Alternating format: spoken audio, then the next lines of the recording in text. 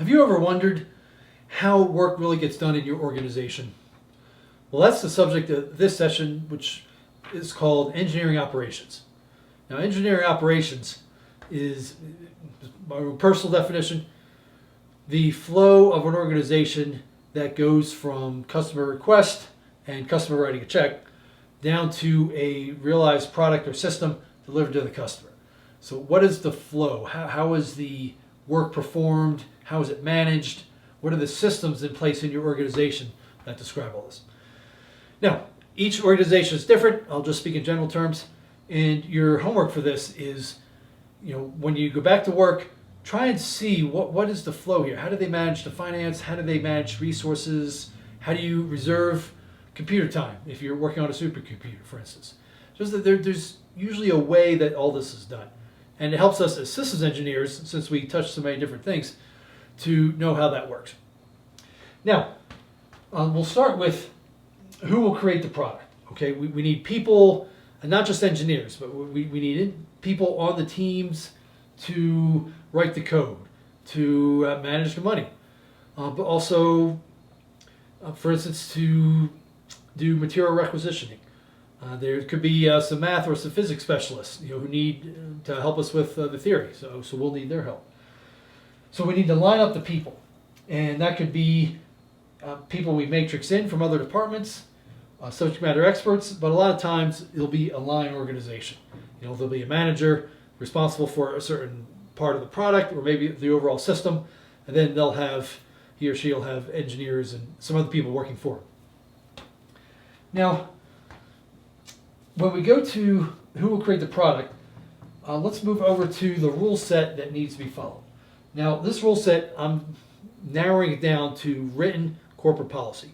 There are all sorts of unwritten rules of how things work, cultural aspects. Those are important. They're not the subject of this session. But here we're going to stick to written corporate policy and written engineering procedures that tell us maybe what software tool to use, what reviews to have for our engineering work, and just how either our leadership or our customer wants us to do business. Engineering business. Now, there's also guidance. So for guidance, that could be different things. That could be a set of lessons learned. It could be just anything in your organization that describes not necessarily how things have to be done, but how things could be done in order to lead to success. So there's a lot of experience in this guidance. It could be guides, tool aids, job aids. It could even be external standards that engineering leadership has said, okay, this is a standard we really want to take guidance from. It's not a corporate requirement, that can be onerous, but it's, again, recommended. That can drive some rule set. Sometimes there are pieces of guidance that are corporate policy, which then we need to do it. A lot of times it's not. However, we need to keep this guidance in mind because, especially if we're new to a team, if we can get the guidance from the previous program, we're just going to be that much further ahead. Now, with the people lined up and we have a rule set that governs how we do the engineering work, now we can answer the third question, which is where, how, and with what resources are we going to actually complete the work.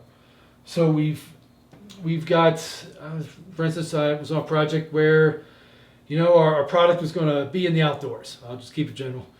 And there, we had to, sometimes we just move this thing outside for a week or so, and in a way, the little table it sat on, that's a resource. Sometimes your organization might have more sophisticated environmental chambers and resources and different equipment that can simulate different environments that the product will need to survive in. Think of a satellite. Okay, well, out in space, we need to somehow model those environments in the lab. That's what this is. So you have resources that need to be lined up. Good example is for the auto companies. A lot of auto companies have a test track.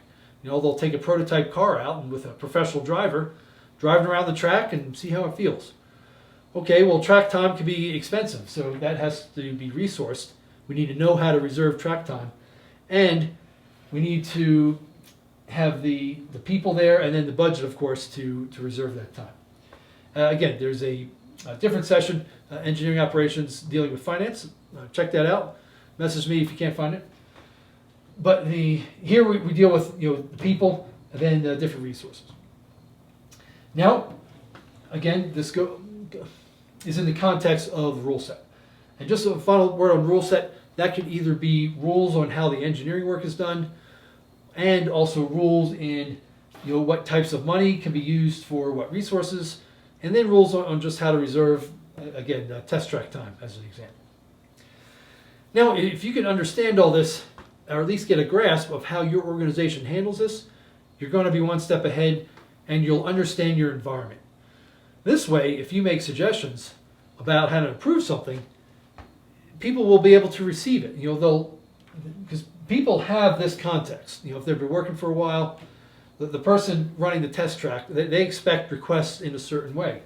So if we can couch our requests in a way that other people can receive them, now all of a sudden we're on the cusp of influence. And then we can get work done on the organization, we can get test data back, and then our leadership will realize, oh, hey, we can be trusted with, let's say, a budget or a project, and we can get things done.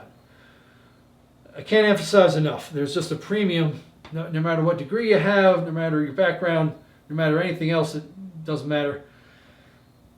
There's a premium on being able to get things done. And that involves being courteous to people. Again, that's a whole nother session as well. But getting things done, getting work done, there's a premium on that. And understanding engineering operations can help you get there. Hey, message me directly if this resonates with you or if you have any other questions.